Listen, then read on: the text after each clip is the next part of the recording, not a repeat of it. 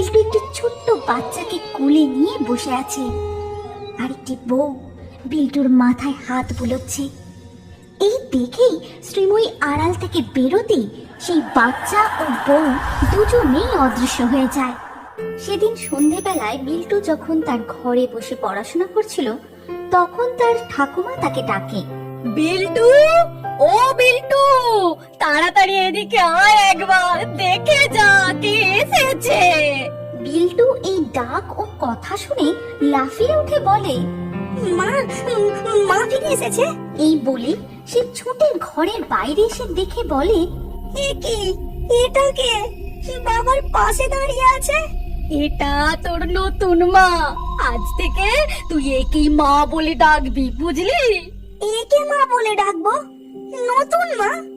তাহলে আমার মা কই ঠাকুমা? আমার মা? এই কথা বলতে বলতে বিল্টু অঝরে কাঁদতে থাকে। তারপর কাঁদতে কাঁদতে সে ঘরে গিয়ে খাটের উপর শুয়ে ধীরে ধীরে ঘুমিয়ে পড়ে। রাতে তার কিছু খাওয়াও হয় না। তখন গভীর রাত, হঠাৎ প্রচন্ড দমকা একটা ঠান্ডা বাতাসে বিল্টুর শীত করতে থাকে। তার ঘুম ভেঙে যায়। শুনতে পায়,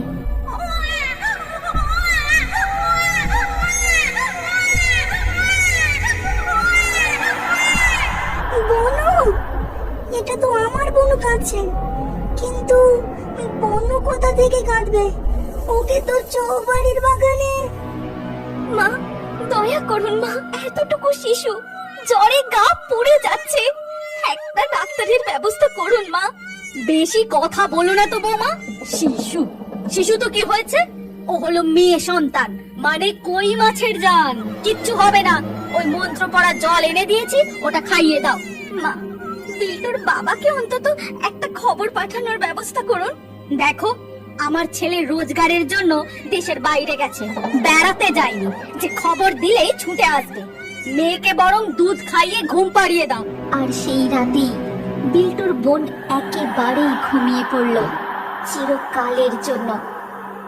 আর পরের দিন সকালে, ওগো, এ কি সর্বনাশ হলো গো আমাদের! এখন আমি কাঞ্চনকে কি জবাব দেব? না না, ওকে নিয়ে যেও না তোমরা, একটা ডাক্তার দেখালে ও ঠিক হয়ে যাবে। ওকে নিয়ে যেও না তোমরা, নিয়ে যেও না।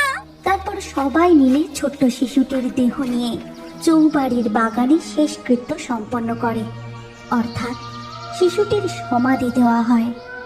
এই চৌবাড়ির বাগানেই শুধুমাত্র মৃত শিশুদের সমাধি দেওয়া হয়। আর এই সমস্ত কথা মনে পড়তেই বিল্টুর ঘোর কেটে যায়। তারপর, ও মা, তুমি কোথায় গেলে? আমার যে খুব মনে পড়ছে তোমার কথা, বনুর কথা। ও মা, ফিরে এসো না মা। বিল্টুর কান্নার শব্দ শুনে তার বাবা কাঞ্চন বিল্টুর ঘরে আসে। কিরে বিল্টু, মাঝরাতে এমন করে কাঁদছিস কেন? ভয় পেয়েছিস বুঝি? বাবা, বনু যে কাঁদছে, আমি শুনলাম। কি আজে বাজে কথা বলছিস বিল্টু? তোর বোনুর কি হয়েছে তুই জানিস না? সেই কোথা থেকে আসবে? এবার চুপ করে শুয়ে পড়। বনুর কথা জানি বাবা, কিন্তু মা। কাঞ্চন বিল্টুর পরের কথাগুলো না শুনেই ঘর থেকে চলে যায়। আর বিল্টু মা মা বলে ডাকতে থাকে। তখনই হঠাৎ আবার সেই ঠান্ডা বাতাস। তারপর,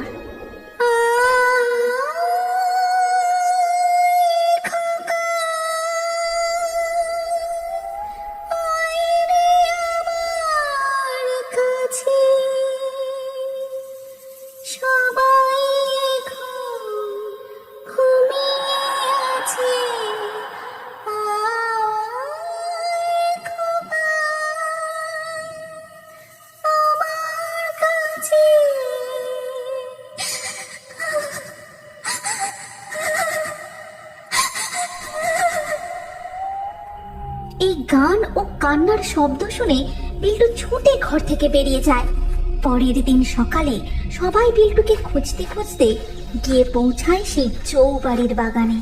ও কি রে বিল্টু, তুই রাতে বাড়ি ছেড়ে এই বাগানে এসে ঘুমোচ্ছিস?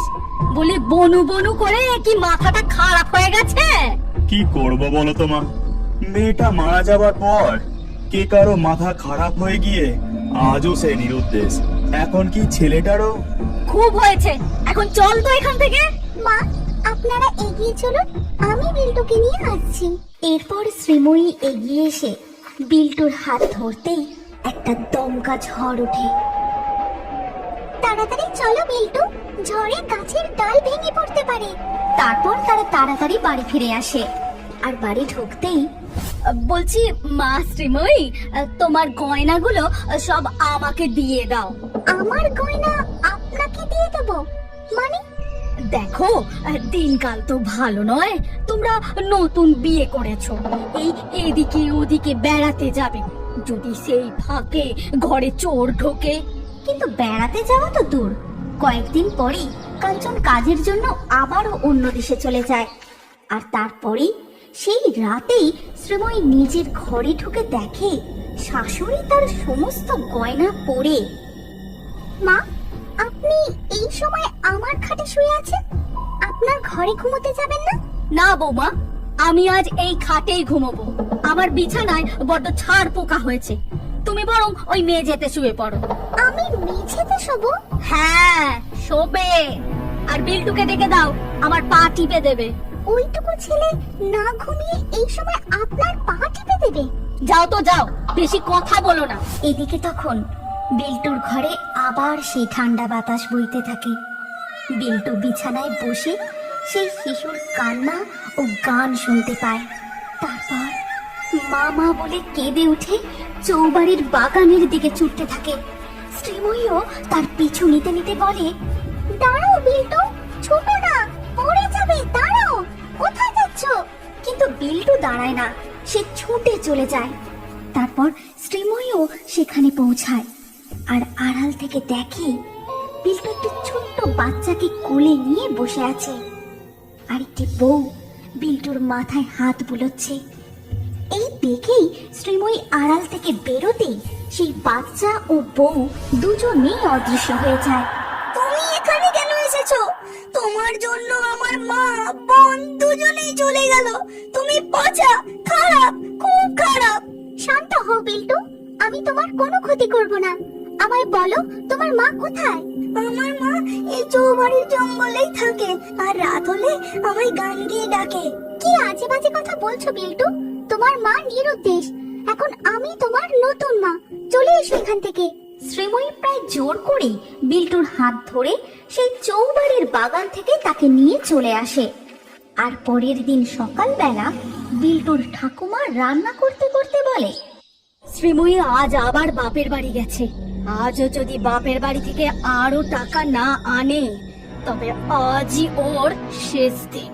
সেদিন শ্রীময়ী বেশ একটু দেরি করেই বাড়ি ফেরে। তারপর বাড়ি ফিরতেই, এ কি বৌমা, এত দেরি করলে যে? তার টাকাটা এনেছো তো? না মা, বাবা আজও টাকাটা দিতে পারেননি। পারেননি? তা ঠিক আছে, আজ না হয় পরে দেবেন। যাও, তোমার ঘরে খাবার রাখা আছে, খেয়ে শুয়ে পড়ো। শ্রীময়ী ঘরে আসতে সেদিন একটা ঠান্ডা বাতাস বইতে শুরু করে, আর তার সাথে ভেসে আসে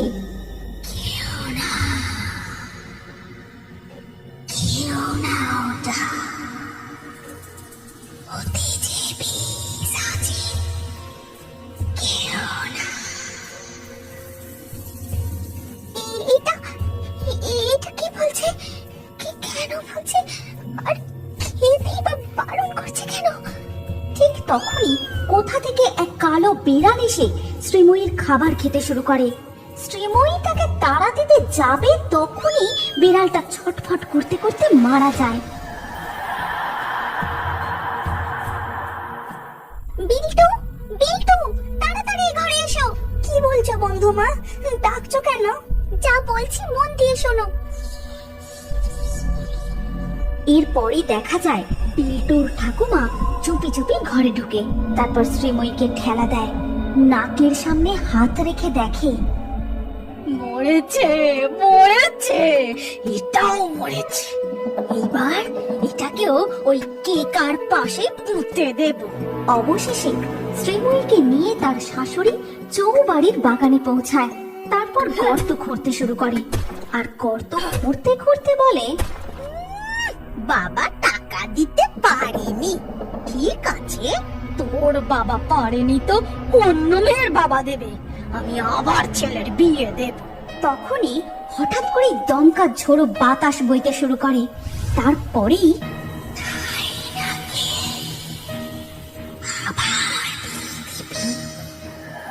এই বলেই কেকা তাকে এক ধাক্কা দিয়ে তারই ঘোড়া গর্তে ফেলে দেয়। ওরে বাবারে, কে ধাক্কা দিয়ে ফেলে দিল! তাড়াতাড়ি করে একে এখানে পুঁতে দিয়ে এখান থেকে পালাতে হবে। সেই মুহূর্তেই বিল্টু গ্রামের কিছু লোক ও দুজন পুলিশ অফিসারকে সাথে নিয়ে চৌবাড়ির বাগানে আসে। তাই নাকি কাঞ্চনের মা? বৌমাকে পুঁতে দিয়ে কোথায় পালাবে গো? কেন, শ্রী ঘরে? ওই যে ওনারা নিতে এসে গেছেন। হ্যাঁ, তুমি বেঁচে আছো, মরনি? তারপর পুলিশ বিল্টুর ঠাকুমাকে ধরে নিয়ে চলে যায়। এরপর থেকে বিল্টু তার বন্ধু মায়ের সাথে খুব ভালোভাবে আনন্দের সাথে দিন কাটাতে থাকে।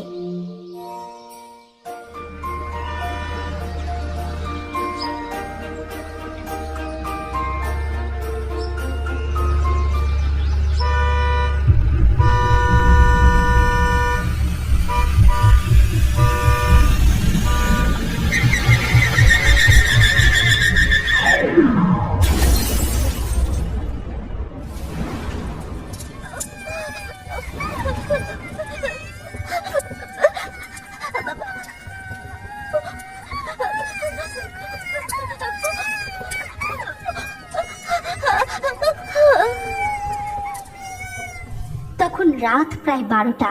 বুকাই নিজের ঘরে পড়াশোনা করছিল। ঠিক সেই সময় সে বাইরের দিক থেকে তার বাবার গলা শুনতে পায়। কে কে ওখানে? সামনে এসো। কিন্তু কেউই সামনে আসে না। তখন বুকাই তার বাবার কাছে গিয়ে জিজ্ঞাসা করে, বাবা, কি হয়েছে? তুমি এমন ভাবে চিৎকার করছো কেন? আরে দেখ না, ওই দিকটায় একটা ছোট্ট বাচ্চার মতো কেউ একটা দাঁড়িয়ে ছিল। আমি চেঁচিয়ে উঠতেই সরে গেল। এত রাতে ছোট বাচ্চা? দাঁড়াও তো দেখি। দাঁড়া বুকাই, একলা কোথায় যাচ্ছিস? যদি ভূত প্রেত হয়? তাদের এইরকম চিৎকার শুনে পাড়ার লোকজন জড়ো হয়ে যায়। আরে ও কিষান ভাই, কি হয়েছে গো? এত চেঁচামেচি কিসের? ওইদিকে ওই ঝোপের আড়ালে কে যেন লুকিয়েছে, একবার দেখো তো ভাই। এরপর কিষান, বুকাই, রঘু সেই ঝোপের কাছে গিয়ে দেখে আরে এ তো একটা ছোট্ট বাচ্চা মেয়ে। এসো বোন, আমার সাথে এসো।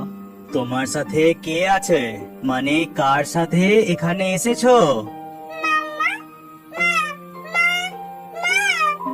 কই তোমার মা? কাউকে দেখতে পাচ্ছি না তো। তখন বুকাই বাচ্চা মেয়েটির হাত ধরে তাদের বাড়ির ভিতরে নিয়ে আসে। ভূমি তাকে কিছু খাবার খাইয়ে দেয়। এর পরের দিন সকালে বুকাই বাচ্চা মেয়েটিকে নিয়ে একটু বেড়াতে বেরিয়েছিল। কিন্তু হঠাৎ করে দুটো লোক এসে, এই যে ভাই, শুনলাম কাল তোমরা এই বাচ্চাটিকে খুঁজে পেয়েছো। এ কে তা তোমরা জানো? হ্যাঁ দাদা, আপনারা ঠিকই শুনেছেন। তবে আপনারা একে চেনেন নাকি? হ্যাঁ চিনি তো, আর তাই তো একে নিতে এসেছি। দাও, ওকে আমাদের দিয়ে দাও। তা কি করে সম্ভব? আর কোনো প্রমাণ ছাড়া যে কারো হাতে এইভাবে তুলে দেওয়া যায় নাকি?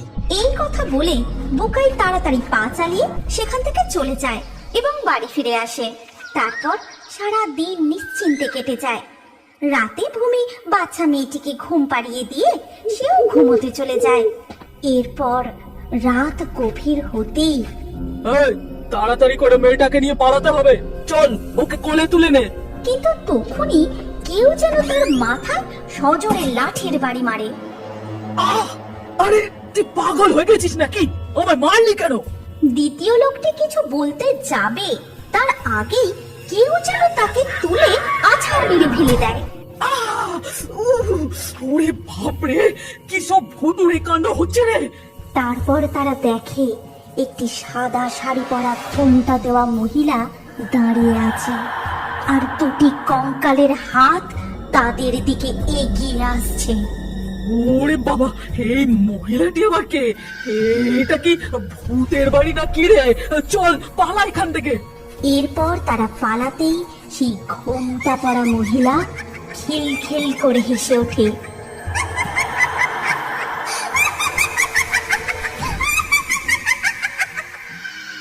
আর তার সাথে সেই বাচ্চা মেয়েটিও।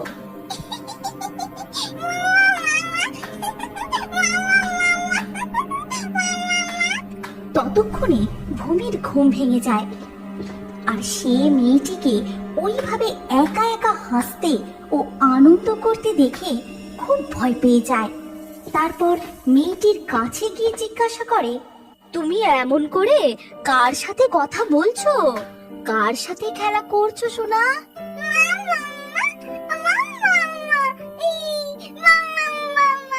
কই তোমার মা? এখানে তো কেউ নেই।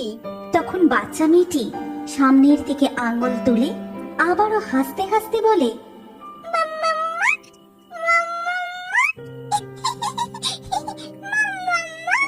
শেষকালে এ বাড়িতে ভূতে বাসা বাঁধছে নাকি? এই মেয়েকে আমি এক্ষুনি বাড়ির বাইরে ছেড়ে আসি। এই কথা বলেই ভূমি বাচ্চা মেয়েটিকে নিয়ে বাড়ি থেকে বেরিয়ে পড়ে। তখন গভীর রাত, চারিদিকে খুটখুটে অন্ধকার, ঘন ঘন শিয়াল ডাকছে। আর কিছুটা দূরে যেতেই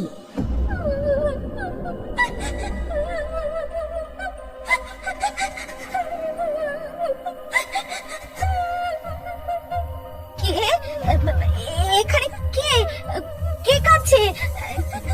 সামনে এসো। কে কাছে? কে এখানে? তখন তার হাতটা একটা কঙ্কাল এসে চেপে ধরে। তারপর ঘোমটা মাথায় সাদা শাড়ি পরা একটা বউ সামনে এসে দাঁড়ায়। কে তুমি? ও আমার মেয়ে। ওকে এখানে এভাবে ছেড়ে গেলে যে ওকে শিয়াল কুকুরে ছিঁড়ে খাবে। তো তোমার মেয়ে? কি প্রমাণ? হ্যাঁ, আর তুমি কে? আমি ওর মা। আমরা গত 4 দিন আগে একটি গাড়ি করে বেড়াতে যাচ্ছিলাম। তখন হঠাৎ গাড়িটা নিয়ন্ত্রণ হারিয়ে গড়িয়ে খাদে পড়ে যায়। তাতে আমার স্বামী, ছেলে মারা যায়, আর আমিও। মেয়েটা কোনোভাবে প্রাণে বেঁচে যায়, কিন্তু যা কোনো খিদের জ্বালায় কাঁদতে থাকে, আমি আর সহ্য করতে না পেরে খুব কষ্ট করে তোমাদের বাড়ি পৌঁছতে পেরেছি। ওর গলার লকেটে দেখো। এই কথাগুলি বলেই মহিলাটি অদৃশ্য হয়ে যায়। আর ভূমি ভয়ে, ও মা গো, ভূত, ভূত, বাঁচাও, বাঁচাও। তখন ভূমি বাচ্চা মেয়েটিকে নিয়ে তাড়াতাড়ি বাড়ি ফিরে আসে। তারপর খাটের উপর বসে সেই মেয়েটির গলার লকেট হাতে নিয়ে দেখে। বুকাই, বুকাই, বুকাই, তোর বাবাকে নিয়ে শিগগির এই ঘরে একবার আয়। কি হয়েছে মা? কি হয়েছে? এই দেখ, লকেটের ভেতরে ওর পরিবারের ছবি। তোমরা কালই ওর ছবি কাগজে দাও। আর তাদের এই সমস্ত কথা শুনছিল বাইরে জানলার পাশে দাঁড়িয়ে থাকা সেই দুটো চোর। কাগজে ছবি ছাপানো হবে। ওই মেয়েকে আজ রাতে চুরি করবই। কিন্তু এই কথা শেষ করতেই তারা পিছন থেকে একটা শব্দ শুনতে পায়। আর তাকাতেই দেখতে পায় একটা ভয়ঙ্কর ষাঁড়। আর ষাঁড়টি ফুঁসতে ফুঁসতে ধীরে ধীরে তাদের দিকে এগোতে থাকে। এই যে হ্যাপা ষাঁড় রে! ওরে বাবারে, পালা পালা! সেই ষাঁড় তাদের তাড়া করতে করতে জঙ্গলের দিকে নিয়ে যায়। তারপর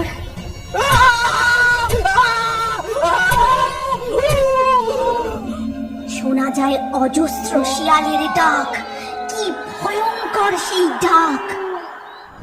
পরের দিন সকালবেলা বুকাই ও কিষান খবরের কাগজের অফিসে গিয়ে ছবি সহ বিস্তারিত জানিয়ে বিজ্ঞপ্তি জমা দিয়ে আসে।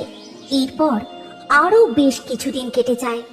আর প্রতিদিন রাত গভীর হতেই দেখা যায়